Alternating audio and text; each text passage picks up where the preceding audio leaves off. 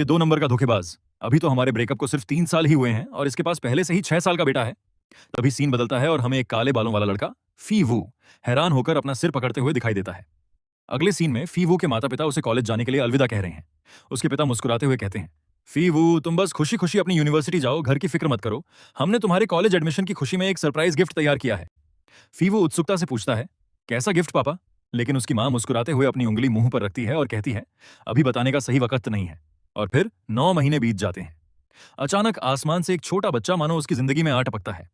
फीवू अपने न्यूबॉर्न छोटे भाई को देखकर हैरान रह जाता है। वो अपने पिता को थम्स अप दिखाते हुए कहते हैं, पापा आप सच में कमाल हो। इस उम्र में भी आपने एक नया अकाउंट खोल लिया। हमारे घर के जीन्स इतने अच्छे हैं कि अगर 1-2 बच्चे और ना होते तो सच में वेस्ट हो जाते। फीवू उस छोटे बच्चे के गालों को देखता है जो पालने में सो रहा है और अपने मुंह में पैसिफायर दबाए हुए है। फीवू मुस्कुराकर कहता है, इस मासूम चेहरे को तो देखो, बड़ा होकर ना जाने ये कितनी लड़कियों का दिल चुराएगा। लेकिन तभी फीवू के चेहरे पर थोड़ी चिंता की लकीरें आ जाती हैं। वो अपनी मां से कहता है, मम्मी मैं आपका दिल नहीं दुखाना चाहता, लेकिन आपकी इस पहली संतान ने अपनी जिंदगी में सिर्फ एक ही बार प्यार किया है। तो आप इतनी पक्की तरह कैसे कह सकती हैं कि आपका ये दूसरा बेटा बड़ा होकर बड़ा खिलाड़ी बनेगा? वक्त तेजी से आगे बढ़ता है और छोटा भाई अब स्कूल जाने लगा है। वो बचपन से ही काफी शरारती है और स्कूल में खूब बदमाशी करता है। लेकिन सबसे मजेदार बात यह है कि वो अपनी हरकतों के बारे में मम्मी पापा को कुछ नहीं बताता। हर बार जब वो पकड़ा जाता है तो रोते हुए अपने बड़े भाई के पास आता है और उसे डांट सुनने के लिए स्कूल के ऑफिस में भेज देता है।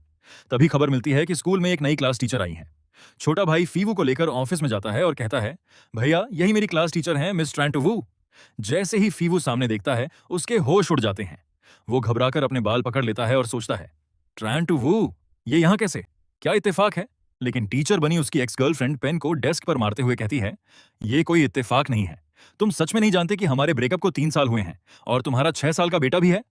फीवू बिना कुछ बोले बस झेंपकर मुस्कुराता रह जाता है। अब यहाँ एक दिलचस्प मोड़ आता है।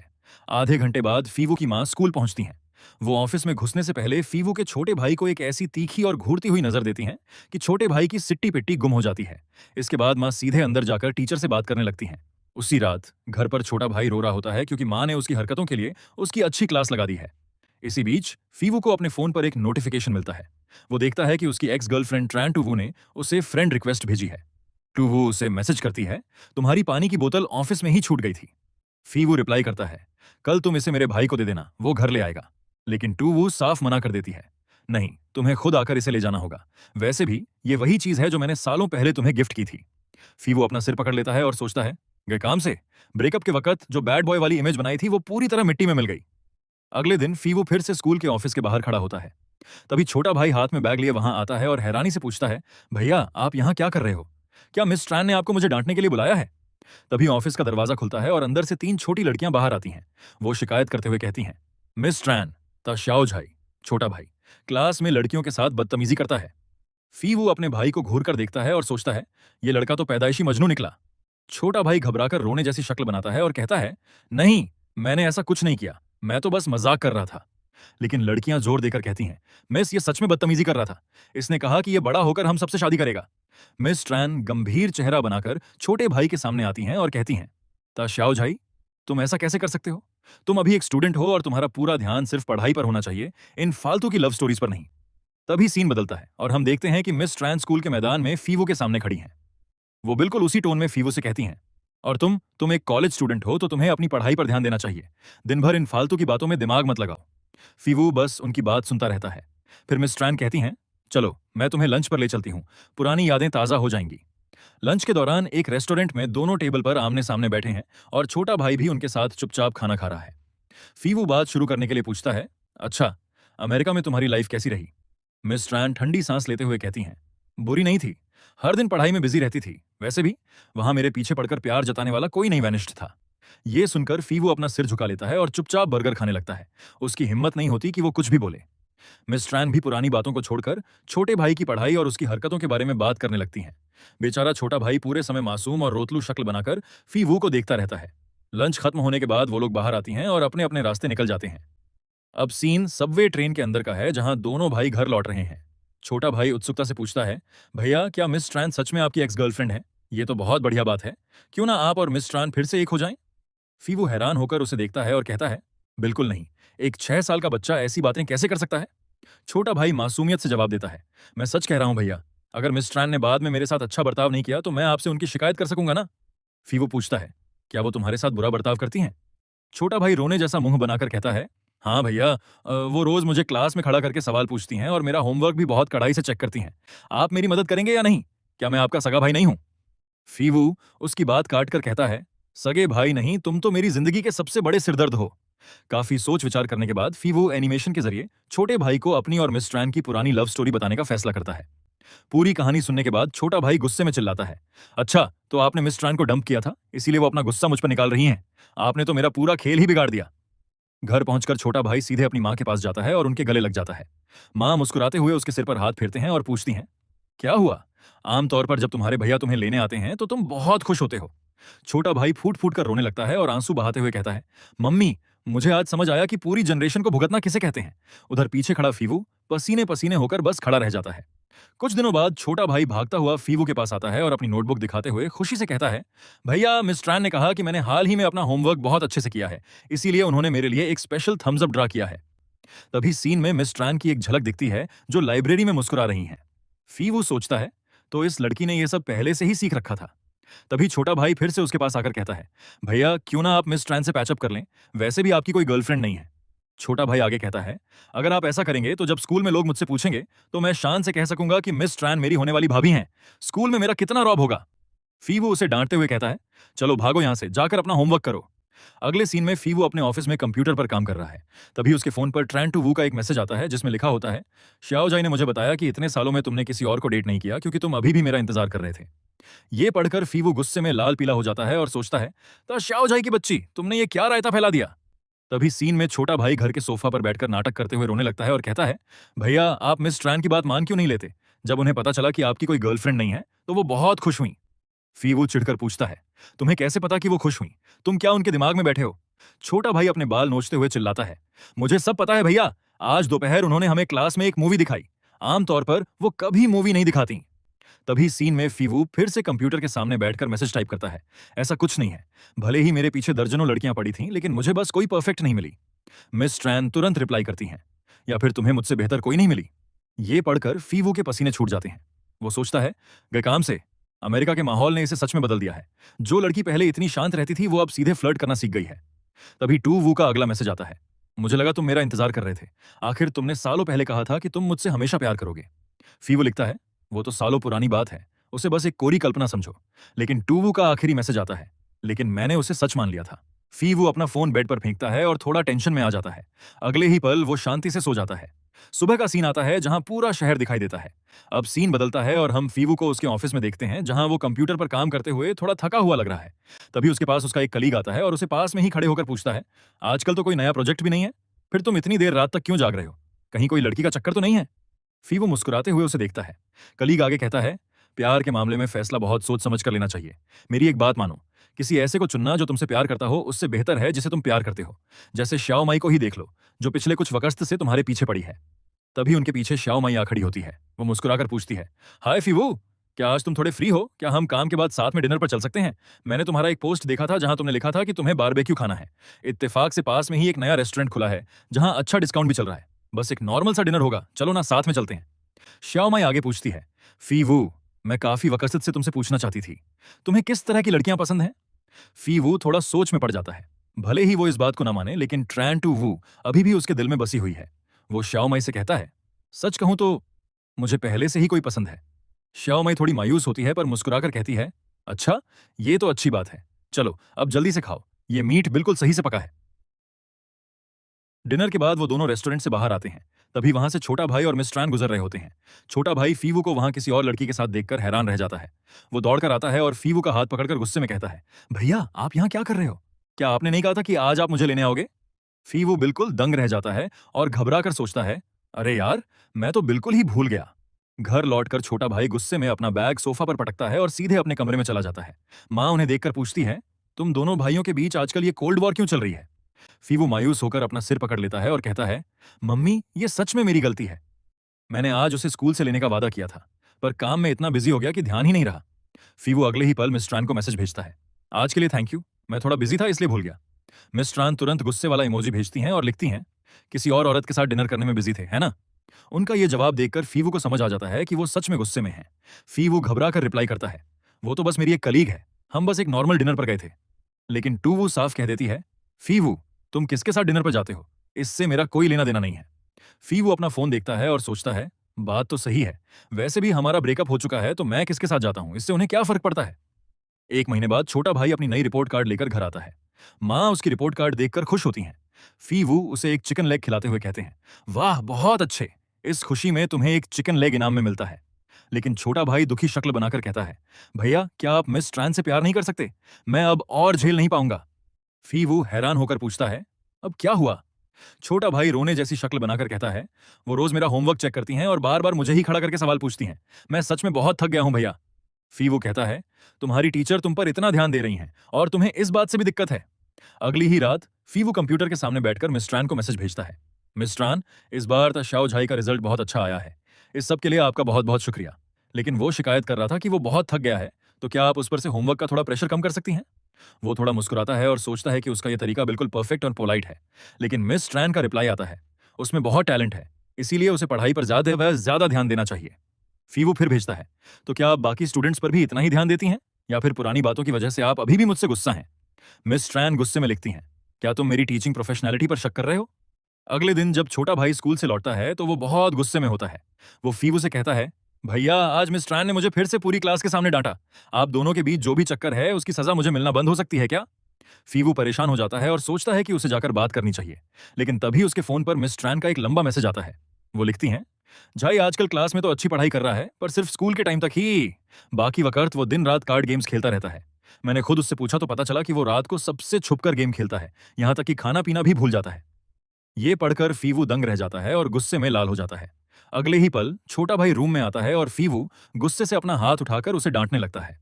छोटा भाई रोने लगता है और सोचता है कि वो पकड़ा गया। फीवू तुरंत मिस ट्रान को बहुत सारे सॉरी के मैसेजेस भेजता है, पर वहां से कोई रिप्लाई नहीं आता। वो सोचता है, लगता है इस बार वो सच में बहुत गुस्सा हो गई हैं। मुझे कल खुद जाकर उनसे माफी मांगनी चाहिए। अगले दिन फीवू स्कूल के ऑफिस पहुंचता है। मिस ट्रैन वहां अकेले बैठकर नोटबुक चेक कर रही होती हैं। वो अचानक फीवू को देखकर रुकती हैं और गंभीर चेहरे से पूछती हैं, क्या काम है? फीवू घबराकर अपना सिर खुजाता है और कहता है, वो एक्चुअली मेरी ही गलती थी जो मैंने सच जाने बिना आप पर शक किया। मैं यहां आपसे माफी मांगने आया हूं। मिस ट्रैन शांति से अपना काम करने लगती हैं और कहती हैं, ठीक है, मैंने तुम्हारी माफी कबूल की। फीवू सोच में पड़ जाता है कि उन्होंने इतनी आसानी से कैसे माफ कर दिया। वो थोड़ा हिम्मत जुटाकर कहता है, क्या मैं तुम्हें डिनर पर ले चलूं ताकि मैं अपनी गलती सुधार सकूं? लेकिन मिस ट्रैन बिना देखे मना कर देती हैं, नहीं जरूरत नहीं है, मुझे थोड़ी देर में काम है।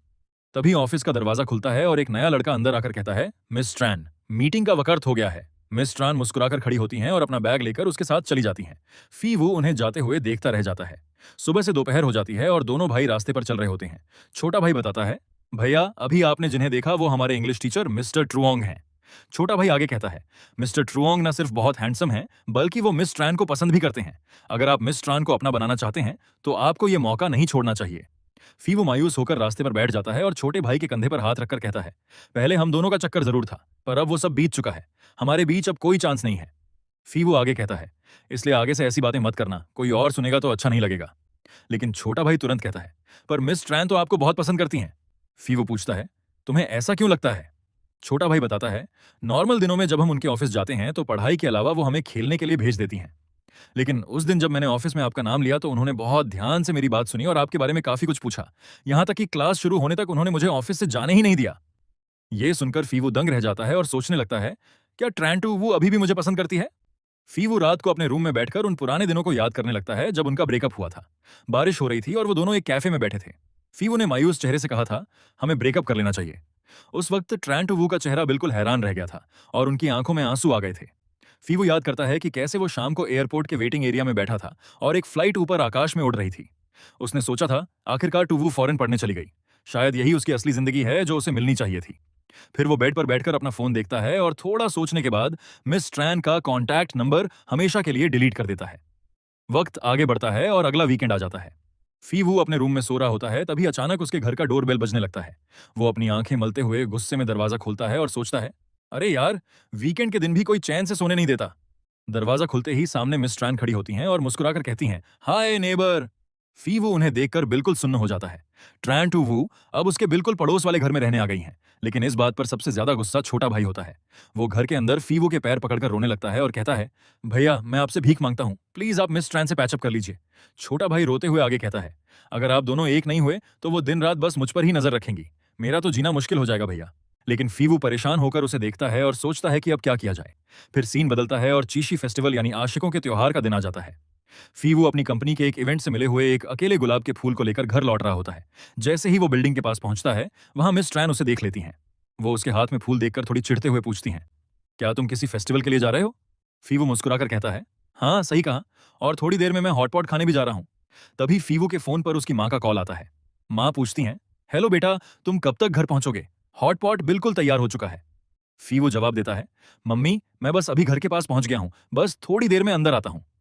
घर पहुंचकर जब फीवू कपड़े बदल रहा होता है तो माँ बाहर जाने के लिए तैयार हो रही होती हैं। फीवू हैरान होकर पूछता है, मम्मी हम तो बस खाना खाने ही वाले थे ना, अब आप कहाँ जा रही हैं? माँ बताती हैं, तुम्हारे छोटे भाई ने कहा कि हॉटपॉट के लिए सॉस की जरूरत है और घर पर सॉस बिल्कुल खत्म हो गई है। फीवू कहता है, आप लोग बैठिए, मैं नीचे जाकर मार्केट से ले आता हूँ। फीवू जैसे ही बिल्डिंग के सुनसान गलियारे में आता है, वहां पहले से ही मिस ट्रान खड़ी होती हैं। फीवू रुक जाता है और हैरानी से पूछता है, ट्रान टू वू, तुम यहाँ इस वक्त क्या कर रही हो? ट्रान टू वू गुस्से और दुख भरे चेहरे के साथ उसके बिल्कुल करीब आती है और पूछती है, आपने मेरा वीचैट कॉन्टैक्ट क्यों डिलीट किया? अगर शाओजाई के स्कूल का कोई काम होता तो तुम तब भी तो मेरी बात अपनी मम्मी से करवा सकते थे ना, पर तुमने सीधे मुझे ही ब्लॉक कर दिया। टू वू की आंखों में आंसू आ जाते हैं और वो आगे कहती हैं, और 3 साल पहले का क्या? मैंने तुम्हें कितने सारे मैसेजेस भेजे थे, पर तुमने एक का भी रिप्लाई नहीं दिया, तुमने मुझे पूरी तरह इग्नोर कर दिया। फीवू अपना सिर झुका लेता है और धीरे से कहता है, वो तो सब पुरानी बातें हो चुकी हैं, अब उन्हें फिर से याद करने का क्या फायदा? टू वू और ज्यादा रोने लगती है और उनका गुस्सा फट पड़ता है। तो क्या तुम सब कुछ इतनी आसानी से भूल सकते हो? वो सारे वादे जो तुमने मुझसे किए थे, वो सब जो हमने साथ में बिताया था, तुम सब भूल गए? तुम कैसे किसी से इतना टूटकर प्यार कर सकते हो और फिर जब दिल भर जाए तो बिना किसी हिचकिचाहट के उसे छोड़ सकते हो? टू वो उनकी शर्ट पकड़कर रोती हैं और कहती हैं, फीवू, कभी कभी मुझे सच में शक होता है कि क्या तुमने मुझसे कभी सच में प्यार किया भी था या नहीं।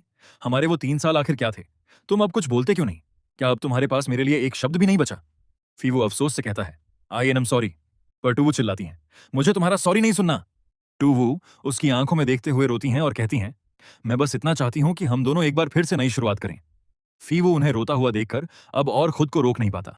वो थोड़ा आगे बढ़ता है और कहता है, ठीक है। टूवू को यकीन नहीं आता। वो अपनी आंखें पोंछते हुए पूछती हैं, क्या ये सच है? इस बार तुम मुझे छोड़कर कहीं नहीं जाओगे ना? फीवू उनका हाथ पकड़ता है और कहता है, बिल्कुल नहीं। सच तो यह है कि जब से तुम वापस आई हो, मैं हमेशा तुम्हारे साथ रहना चाहता था, पर मुझे डर था कि तुम मुझे कभी माफ नहीं करोगी। और तभी दोनों एक दूसरे को गले लगा लेते हैं और कॉरिडोर में एक रोमांटिक किस शेयर करते हैं। अगले सीन में फीवू घर के अंदर आता है। छोटा भाई और माँ पहले से ही खाना खा चुके होते हैं। छोटा भाई पूछता है, भैया सबने खाना खा लिया, आप इतनी देर से सॉस लेने गए थे, वो कहाँ है? मम्मी ने आपके लिए खाना बचाकर रखा है, जल्दी से आकर खा लीजिए। लेकिन तभी छोटा भाई फीवू के चेहरे को गौर से देखता है और हैरानी से पूछता है, भैया आपके होंठ इतने सूजे हुए क्यों हैं? फीवू घबराकर अपने होंठों पर हाथ रखता है और कहता है, कुछ नहीं, वो हॉटपॉट का सूप थोड़ा ज्यादा तीखा था। छोटा भाई बड़बड़ाता है, अजीब बात है, वो तो बिल्कुल भी तीखा नहीं था। छोटे भाई अचानक फीवू के बिल्कुल पास आता है और धीरे से पूछता है, भैया क्या आप और मिस ट्रैन फिर से साथ आ गए हैं? फीवू हैरान होकर पूछता है, तुम्हें कैसे पता चला? छोटा भाई बताता है, जब मैं नीचे श्याओ ट्रुओंग के साथ खेलने गया था तो मैंने उन्हें वहां देखा। उन्होंने मेरे लिए बहुत सारा खाना खरीदा और कहा कि स्कूल के बाहर मैं उन्हें भाभी कहकर बुला सकता हूं। फीवू अपना सिर पकड़ लेता है और सोचता है, ये ट्रैंटोवो भी ना बहुत तेज निकली। माँ भी किचन से बाहर आती हैं और मुस्कुराते हुए कहती हैं, मुझे तो पहले से ही शक था कि तुम दोनों के बीच कुछ ना कुछ चल रहा है। मिस ट्रान के पास पैसों की कोई कमी नहीं लगती, फिर वो अचानक हमारी इस पुरानी और छोटी सोसाइटी में रहने क्यों आएंगी और बार बार हमारे घर के चक्कर क्यों काटेंगी? वो जरूर तुम्हारे लिए ही यहाँ आई हैं। कल तुम मिस ट्रान को हमारे घर डिनर पर जरूर बुलाना। फीवू मुस्कुराकर कहता है, ठीक है मम्मी, मैं उनसे बात कर लूंगा। अगले दिन सीन एक कैफे का आता है जहां फीवू एक टेबल पर बैठा होता है। तभी सामने से एक बाल बांधी हुई थोड़ी उम्रदराज औरत आकर बैठती है। वो और कोई नहीं बल्कि मिस ट्रान की मम्मी है। वो थोड़े गंभीर चेहरे के साथ कहती हैं, क्या तुम्हारे पास थोड़ा वक्त है? मुझे तुमसे कुछ बातें करनी है। फीवू उन्हें देखकर थोड़ा टेंशन में आ जाता है, क्योंकि 3 साल पहले इन्हीं की वजह से उनका ब्रेकअप हुआ था। मम्मी आगे कहती हैं, तुम और टुवू एक दूसरे के लिए बिल्कुल सही नहीं हो। वो तुम्हारे चक्कर में फॉरेन जाकर अपनी आगे की पढ़ाई तक छोड़ने को तैयार थी। अगर तुम उससे सच में प्यार करते हो तो तुम्हें उसके फ्यूचर को इस तरह खराब नहीं करना चाहिए। फीवू उन्हें रोकता है और कहता है, आपकी इस मुलाकात के लिए शुक्रिया आंटी, पर आप बिल्कुल बेफिक्र रहिए। मैं टुवू का बहुत अच्छे से ख्याल रखूंगा और हमेशा उसके साथ रहूंगा। मम्मी गुस्से में मुड़ती हैं और कहती हैं, मेरा मतलब तुम दोनों का ब्रेकअप करवाना है, तुम दोनों में कोई मेल नहीं है। फीवू खड़ा होता है और कॉन्फिडेंस के साथ कहता है, 3 साल पहले आपकी बातों में आकर मैंने ब्रेकअप का फैसला किया था, पर 3 साल बाद भी वो घूम फिरकर मेरे ही पास वापस आई है। क्या ये बात ये साबित करने के लिए काफी नहीं है कि हम एक दूसरे के लिए बने हैं? मम्मी गुस्से में कहती हैं, वो सब इसलिए क्योंकि तुमने मेरी बेटी पर अपना जादू चला रखा है। फीवू जवाब देता है, अगर आप टूवू को समझा पाती तो आपको मेरे पास आने की जरूरत ही नहीं पड़ती, पर इस बार मैं एक कदम भी पीछे नहीं हटूंगा। मम्मी थोड़ा शांत होती हैं और कहती हैं, तुम 3 साल पहले के मुकाबले काफी बदल गए हो, लेकिन मुझे इस बात की हैरानी है कि तुमने मेरे बारे में टूवू को कभी कुछ नहीं बताया। मैंने हाल ही में उसे सब बताया और वो अपनी जिंदगी में पहली बार मुझ पर इतना ज्यादा गुस्सा हुई। फिर वो एक गिफ्ट बॉक्स टेबल पर रखती हैं और कहती हैं, चलो छोड़ो, अगर तुम दोनों ने इतना पक्का फैसला कर ही लिया है तो मैं अब तुम्हारे बीच नहीं आऊंगी। ये गिफ्ट रख लो, बाय। मम्मी के जाने के बाद फीवू कैफे में बैठा होता है, तभी उसके फोन पर टूवू का कॉल आता है। वो घबराकर पूछती है, तुम इस वक्त कहाँ हो? फीवू बताता है, मैं उसी कैफे में हूं। टूवू पूछती है, क्या मेरी मम्मी फिर से तुमसे मिलने आई थी? फीवू मुस्कुराकर कहता है, हाँ आई थी, पर इस बार उन्होंने हमारे रिश्ते को अपनी ब्लेसिंग्स दे दी हैं। तभी कैफे का दरवाजा खुलता है और टूवू भागती हुई अंदर आती है। फीवू उसे देखकर हैरान होता है और कहता है, तुम इतनी जल्दी यहां कैसे आ गई? मैं इस बार कहीं भाग नहीं रहा था। टूवू दौड़कर उसके गले लग जाती है और मुस्कुराकर कहती है, इस बार तो मैं तुम्हें बिल्कुल भी भागने नहीं दूंगी। और दोनों कैफे के बीचों बीच एक दूसरे को खुशी से गले लगा लेते हैं। और इसी के साथ पूरी वीडियो और कहानी का एक हैप्पी एंडिंग के साथ क्लोजिंग सीन पूरा होता है। अभी आप लोग बताओ, आपको इस स्टोरी में सबसे अच्छा कैरेक्टर कौन सा लगा? मुझे तो फीवू के भाई का कैरेक्टर बहुत पसंद आया। अगर आपको ये स्टोरी पसंद आई और आप आगे भी ऐसे ही धमाकेदार मनवा और एनिमी स्टोरीज के रिकैप्स देखना चाहते हैं तो अभी इस चैनल को सब्सक्राइब कर लीजिए और बेल आइकन दबाना मत भूलना। मिलते हैं अगली शानदार कहानी में।